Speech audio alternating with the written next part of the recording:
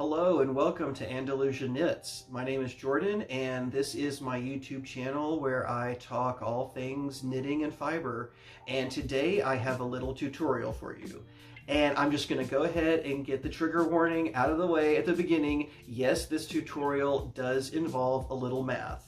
But if you're not a math fan, I would encourage you to stick around because I'm not going to try to convince you to fall in love with numbers. I'm not going to try to convince you to dedicate your life to math. All I want to do today is show you one math skill that if you don't learn any other math for knitting, if you learn this one skill, it is going to help out in so many scenarios. And so if you have ever found yourself like asking questions like, well, what do I do if I can't get the recommended gauge in the pattern? Or do I have enough yarn to knit this project? This is the tutorial for you. It's going to be simple, it's going to be painless, and I'm going to walk you through everything you need to know about proportions and cross multiplying in knitting.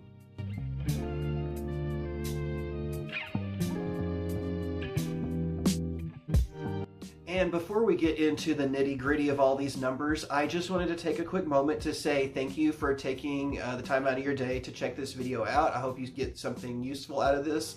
And if this sort of knitting content is something that you like to watch in general, I would encourage you to like this video and go ahead and subscribe to the channel because there's plenty more where this came from. So now let's get to the ratios.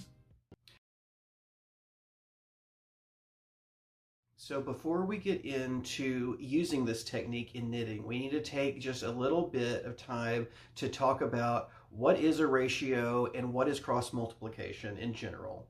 And so without getting into like the nitty-gritty, we don't have to get into anything complex for this. For our purposes, a ratio are any two numbers that are related and have a fixed relationship. And we see this all the time, not just in knitting, but in our everyday lives in general. So some examples of ratios that you might encounter in your everyday life is the mileage in your car. The miles per gallon is a ratio. Or at the grocery store, you might see something being sold for dollars per pound. That's another ratio. Basically, anytime you have two numbers or two units of measurement that have per between them, something per something, that is expressing a ratio. That's expressing a proportional relationship. And if you take even 10 seconds to think about this in terms of knitting, you are going to come up with two ratios that we encounter quite a bit in knitting. And that is in the realm of gauge. So we typically express our gauge as X number of stitches per however many inches. And we also express yarn weight and length in ratios. So yarn is typically sold in grams per yard or grams per meter, depending on where you are. But there's some sort of ratio relationship going on between the length of a ball of yarn and the weight of that ball of yarn. And so for our purposes, like I said, ratios are just these two numbers that have a fixed relationship like this. And in terms of knitting, we're going to be dealing with those two specifically. The ratio of gauge, stitches per inch, and the ratio of yarn weight to yarn length, grams per yard. And so cross multiplication comes into the picture when you know three numbers in two ratios and you want to figure out that fourth. So let's go to the overhead where I can write this out and show you visually what's going on. I think it's going to be a little bit easier than me just trying to explain it out. So let's go to the overhead and I'll just show some basic nice round number examples of ratios and cross multiplication. All right, so let's take a look on paper at ratios and cross multiplication. And here at first, I just want to take a very simple, very common real world example with some nice round numbers just to show you how this technique works. And then we'll move into the real numbers in the knitting. So a ratio, like I said earlier, you express it, when you speak it, you say something per something, X per Y. And typically when we write out a ratio, we write it out as a fraction, one number over another number, something per something. And so for this example, I'm going to go with car mileage. And so let's say you got a car and you know this car gives you 20 miles per gallon. If we wanted to write that ratio of 20 miles per gallon out on paper, we would do it like this. The 20 would go on top and the 1 gallon would go on bottom. So whatever comes before the per goes on the top line, and whatever comes after the per is going to be the bottom number in the fraction. So here we have a ratio, a fixed ratio. No matter how many gallons of gas we have in the car, you're always going to get 20 miles for 1 gallon of gas. So let's say we know that in our car currently we have 10 gallons of gas. Well, how do we figure out how many miles we can drive on that 10 gallons of gas? And the answer to that question is through cross multiplication. So when you have two ratios here like we've got 20 miles per gallon on the one side, and we have some miles per 10 gallons on the other side. When you have three of those numbers and you're trying to figure out the fourth, what you can do is a technique called cross multiplication. And the reason it's called cross multiplication is because we're going to multiply these numbers across the equal sign. So the top number on the left is going to be multiplied by the bottom number on the right, and that's going to be one side of the equation. And then on the other side of the equation, the bottom number on the left is going to be multiplied by the top number on the right. So let's take a look and work this out and see how this unfolds. So, like I said, top number on the left will be multiplied by the bottom number on the right. So that means we are going to do 20 times 10 on one side. And on the other side, we have the bottom number on the left multiplied by the top number on the right. So that is going to be 1 times some number we don't know yet. That's the number we're going to try to figure out. And from here, it's just a little simple basic math. We're going to work out both sides of the equation. So 20 times 10 is going to give us 200. So 200 on this side. And then we have 1 times some number on this side. And this, like I said, this is a pretty nice even round number, so this is going to be easy to figure out.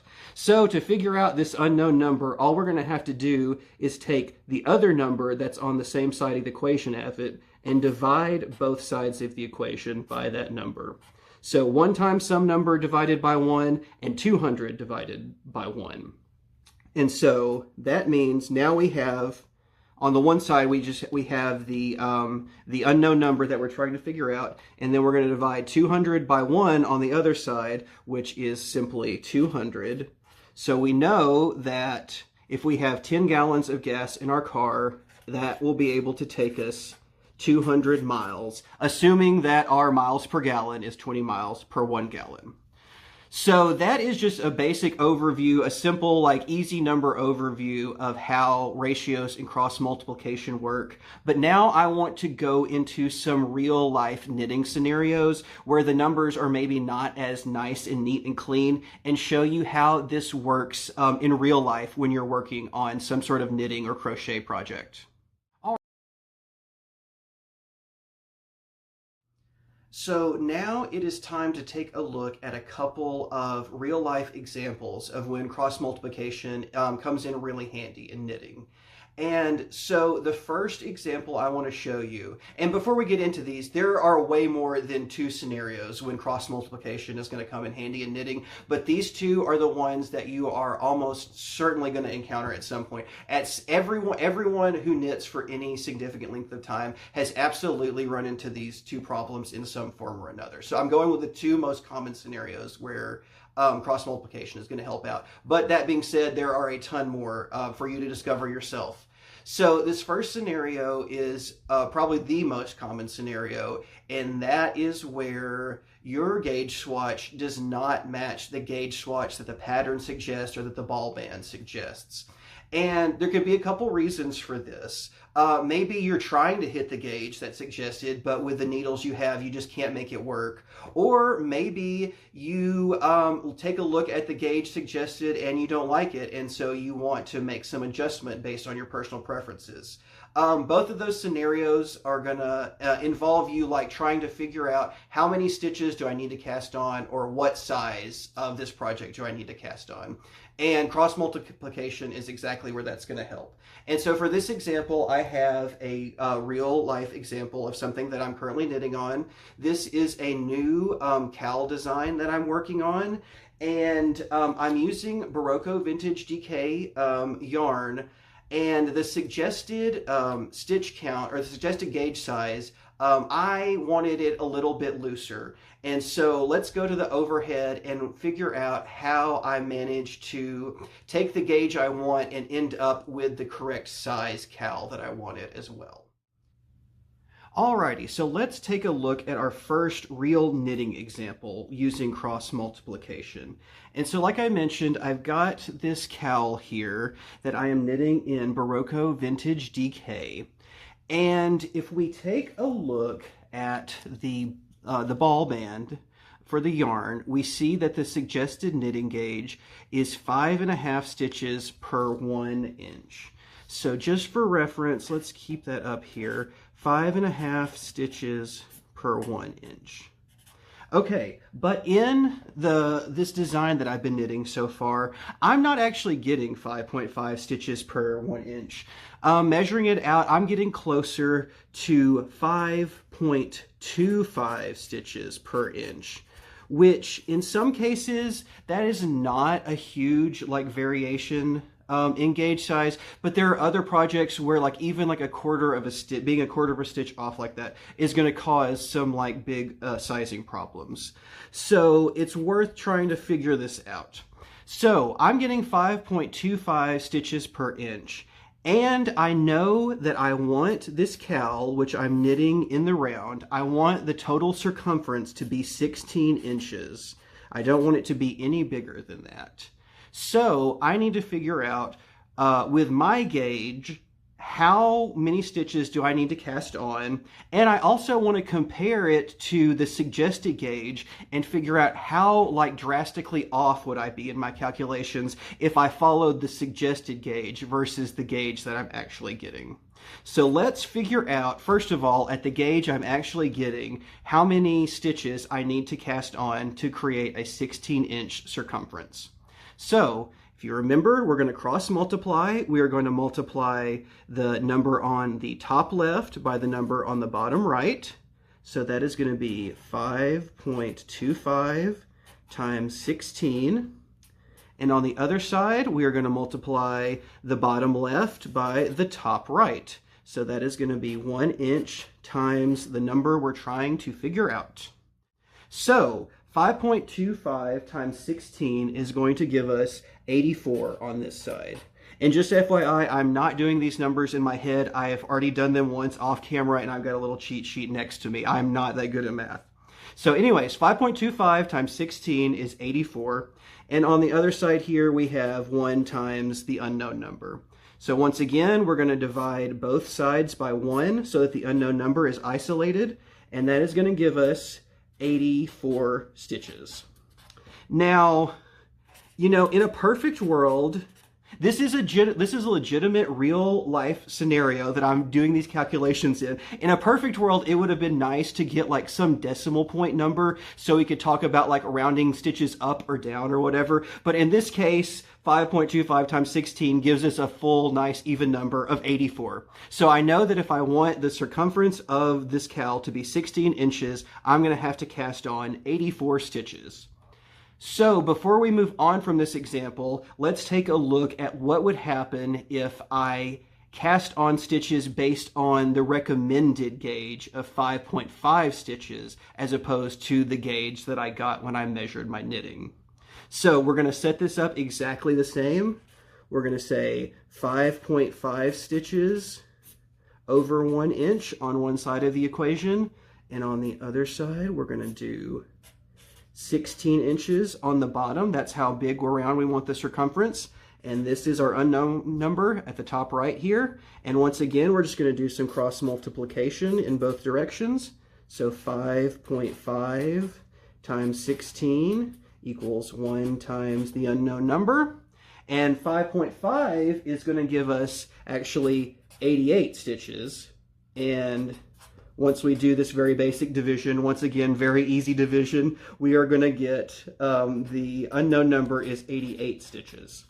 So it's not like a terrible difference, 84 between 88. In this scenario, that wouldn't be a real terrible deal, but there are scenarios like when you're knitting a sweater, when the circumference is going to be way bigger, and that discrepancy is going to get multiplied across that bigger circumference as well. So there are times when, like, you know, a 4-stitch difference in a cowl is not going to be a big deal, but if you have this discrepancy across, you know, the circumference of a sweater that's 40 or 50 inches around, the discrepancy between what you want and what you're getting is going to be a lot bigger and a lot more annoying. Now, the second scenario where cross multiplication is going to come in really handy for you is in patterns and projects where there is not a set, like, finished size for the project. And so there are kind of two different types of projects that fall into this category. And so you have things like scarves, where it can be nice to knit them to a length based on the height of the person that you're going to be knitting it for. And so scarf patterns, sometimes you'll see something, the pattern will instruct you along the lines of continue knitting until you hit the desired size. And so that can lead to a question of, well, do I have enough yarn to knit my desired size? And the other scenario where this question pops up is in things like blankets or other projects where you're constructing the big project from a lot of smaller things. So like in knitting a mitered square blanket, you knit all of these little mitered squares and then seam them up together to create a blanket. Or in the case of crochet, a granny square blanket, where you knit up a bunch of individual crocheted granny squares and then seam them together to create the full blanket.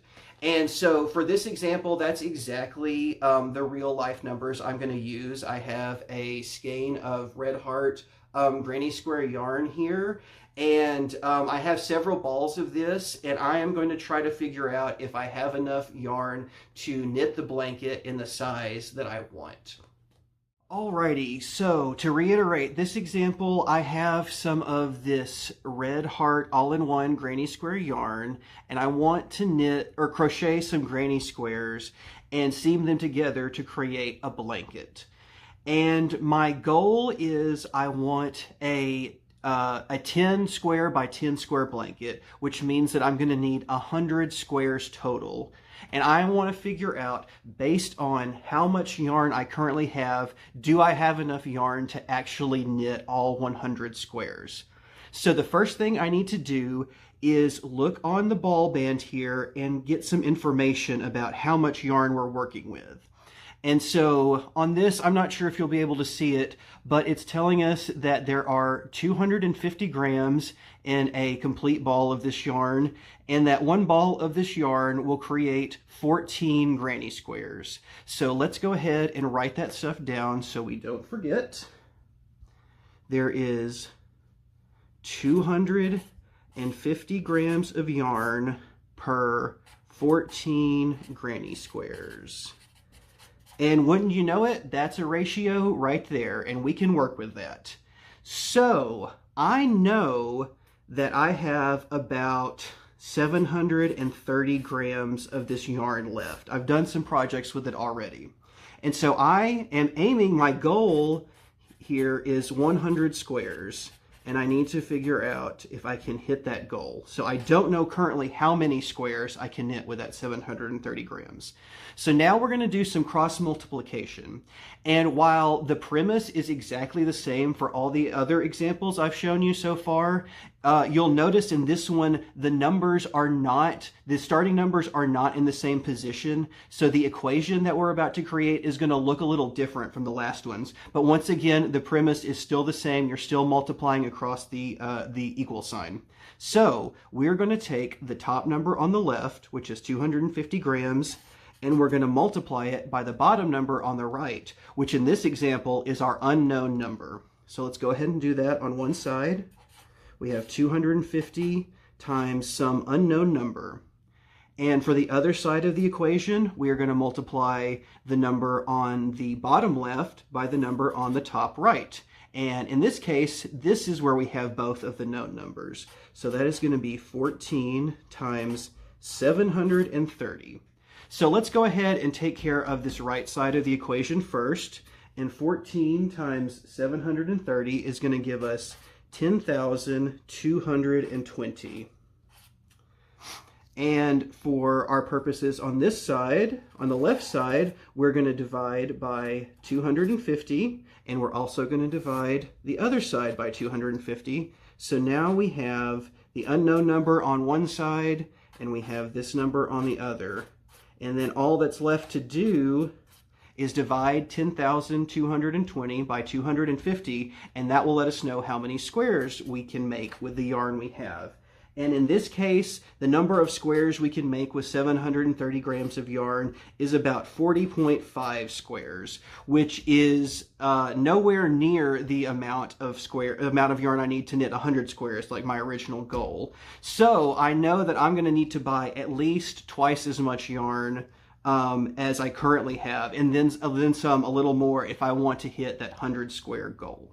And so that is just another example of using cross multiplication, in this case, when you are trying to figure out, okay, I have this amount of yarn, is that enough to do this particular project?